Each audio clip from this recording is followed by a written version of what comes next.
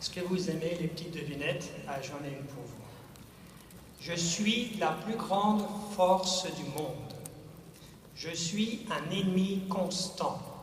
Et je suis la cause de la division dans la religion. Qui suis-je? La haine. Est-ce que nous pouvons cultiver ce sentiment? Jamais avec nos frères et sœurs, parce qu'on aime nos frères et sœurs, n'est-ce pas?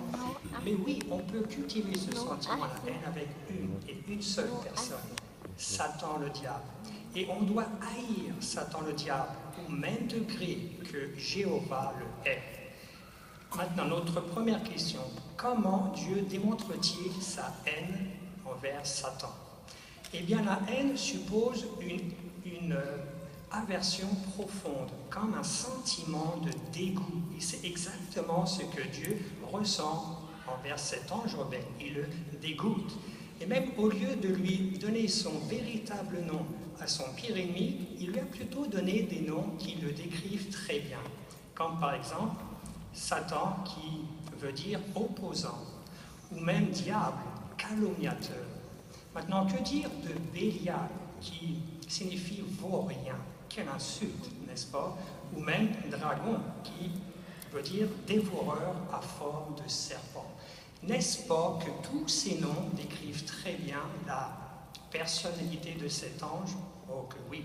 Mais voyons ensemble dans la Bible comment que Dieu le voit réellement. Alors, on va lire 1 Jean, chapitre 5, et le verset 19. Tournons ensemble dans 1 Jean, chapitre 5, lisons le verset 19. Nous lisons, nous savons que nous venons de Dieu, mais que le monde entier se trouve au pouvoir du méchant. Voilà comment que Jéhovah le voit, ce rebelle, comme le méchant, le pire ennemi. Maintenant, on va répondre à notre deuxième question. Comment Jésus, le Fils de Dieu, démontre sa haine de Satan?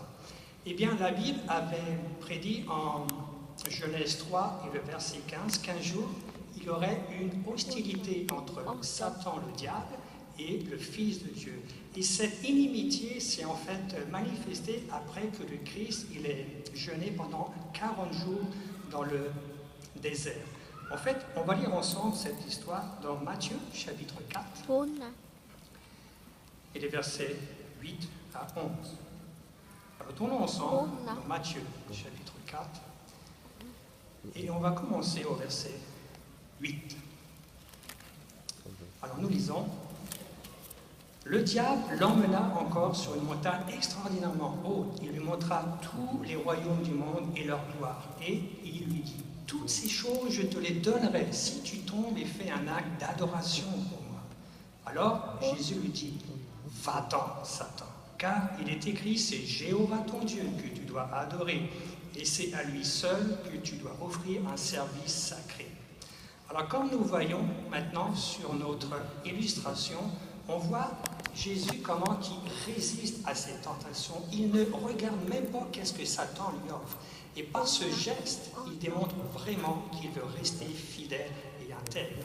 Et qu'est-ce qu'on a lu dans le verset 10? Il a utilisé deux mots envers Satan. Va-t'en.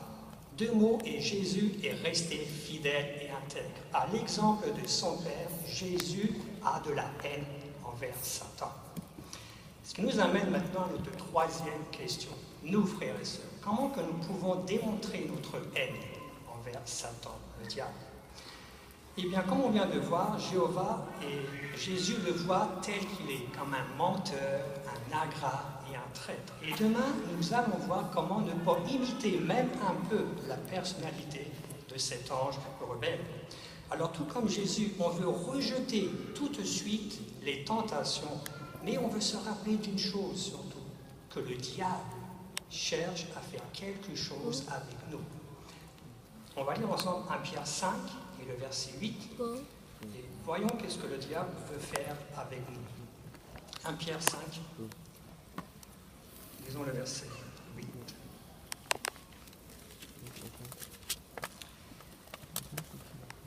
On dit, restez dans votre bon sens, soyez vigilants, votre adversaire le diable circule comme un lion rugissant, cherchant à dévorer quelqu'un. Alors ici, on compare Satan le diable à un lion qui rugit et qui cherche à dévorer, à avaler quelqu'un. Et vous savez quoi? Il n'a rien d'autre à faire. Du matin au soir, il cherche des proies constamment. Maintenant, c'est vrai que Satan peut nous tenter avec des choses qui sont très attirantes, mais elles ne sont jamais aussi bonnes qu'il le dit et ne valent jamais le prix qu'il exige. C'est comme il y a des gens qui, chaque année, ils vont acheter un produit de marque. Ils vont peut-être même dépenser des centaines, des milliers de dollars pour avoir le meilleur produit de marque, avant que ces personnes se rendent compte que ce n'est qu'une contrefaçon. La même chose avec Satan le diable. Il nous offre le pouvoir, le prestige, les choses matérielles. Et toutes ces choses, ce sont des choses vaines. Ce ne sont que des contrefaçons.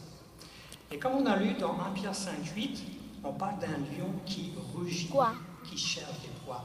Et une de ses proies préférées au diable, ce sont nos jeunes, n'est-ce pas?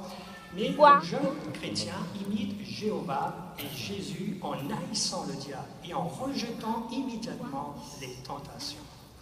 Et pour cela, nous allons parler maintenant avec un jeune frère, frère Diba Laforêt de la congrégation de Boston. Alors on sait qu'en tant que jeune, on a beaucoup d'influence avec l'école, peut-être celle de commettre l'immoralité sexuelle. Alors dis-nous, Diba, le fait de savoir que le diable voulait que tu cèdes à cette tentation, ça t'a aidé plutôt à lui rester fidèle? À plusieurs reprises, Satan m'a tenté par l'immoralité sexuelle, par exemple par des invitations à la plage ou par des demandes directes par des filles à fréquenter. Mais savoir que Satan voulait que je cède m'a aidé à m'attacher plus fermement à Jéhovah et à prier constamment pour demeurer pur à ses yeux. Alors à chaque fois que je résistais à la tentation, je savais que je réjouissais le cœur de Jéhovah. Très bien. Mais là, tu as dit chaque fois, donc pas juste une fois, mais tu as été tenté plusieurs fois. Est-ce que tu peux nous relater un fait? En fin d'année scolaire, lorsqu'il commençait à faire chaud, mes camarades m'ont invité à une sortie à la plage où se trouveraient des filles qui m'avaient déjà tenté à l'immoralité. J'ai refusé tout de suite et j'ai quitté les lieux. À la plage. Mais dis-nous juste entre nous, comment étaient ces filles? Ces filles étaient très belles. Il y avait une particulièrement qui était très belle, très intelligente. Elle respectait mes croyances au point de me défendre lorsque les autres se moquaient de moi. Attends, est-ce que tu entends me dire que tu commençais à avoir des sentiments pour une de ces filles? Pour un moment, oui, mais je me suis repris et j'ai refusé ses avances. Très très bien. Alors frère Laforêt, il n'y a pas doute que tu es un bel exemple pour nos jeunes. Merci beaucoup.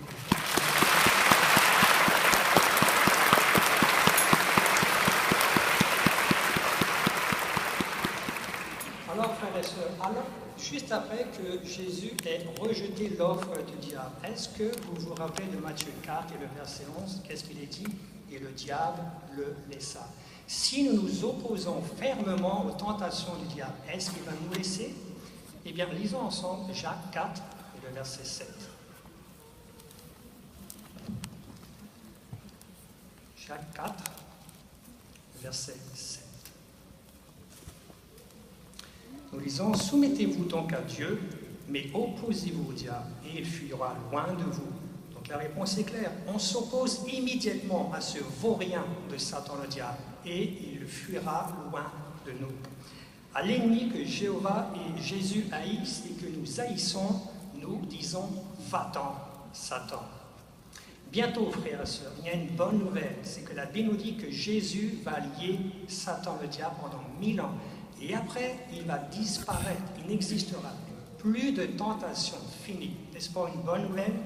Mais pour l'instant, frères et sœurs, et surtout vous, les jeunes, la prochaine fois que vous êtes tentés par ce vaurien de Satan le diable, rappelez-vous les deux mots qu'il a dit à Satan. Va-t'en. Deux mots et vous resterez fidèles et intègres.